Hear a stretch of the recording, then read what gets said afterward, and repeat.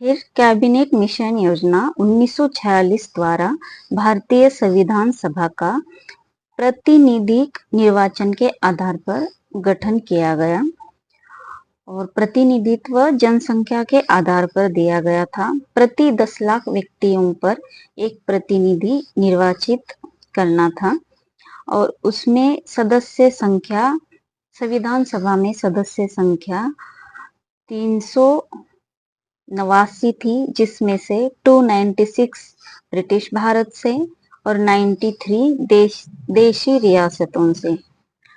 संविधान सभा का चुनाव जुलाई अगस्त 1946 में हुआ, जिसमें कांग्रेस को 208 सीटें मिली, लीग को 73 मिली और छोटे स्वतंत्र समूहों को 15 सीटें मिली।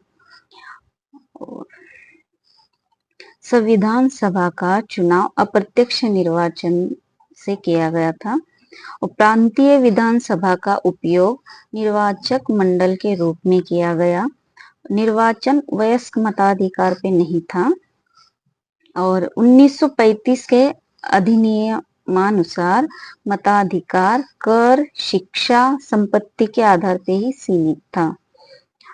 और फिर संविधान सभा की पहली बैठक 9 दिसंबर 1946 को हुई थी, जिसमें कुल सदस्य 207 और 207 सदस्यों में से 9 महिलाएं थी।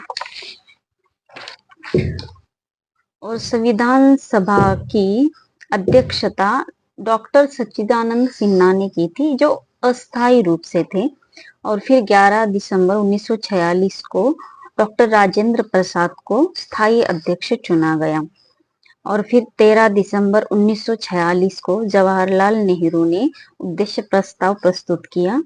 22 जनवरी 1947 को संविधान सभा द्वारा उद्देश्य प्रस्ताव पारित किया गया।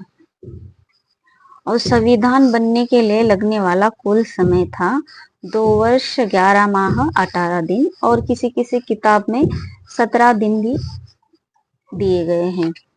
और 26 नवंबर 1949 को संविधान अंगीकृत किया गया। 24 जनवरी 1950 को संविधान पर हस्ताक्षर किए गए 284 लोगों द्वारा। और 26 नवंबर 1949 को भारतीय लोगों द्वारा संविधान को अंगीकृत, अधिनियमित और आत्मर्पित किया गया।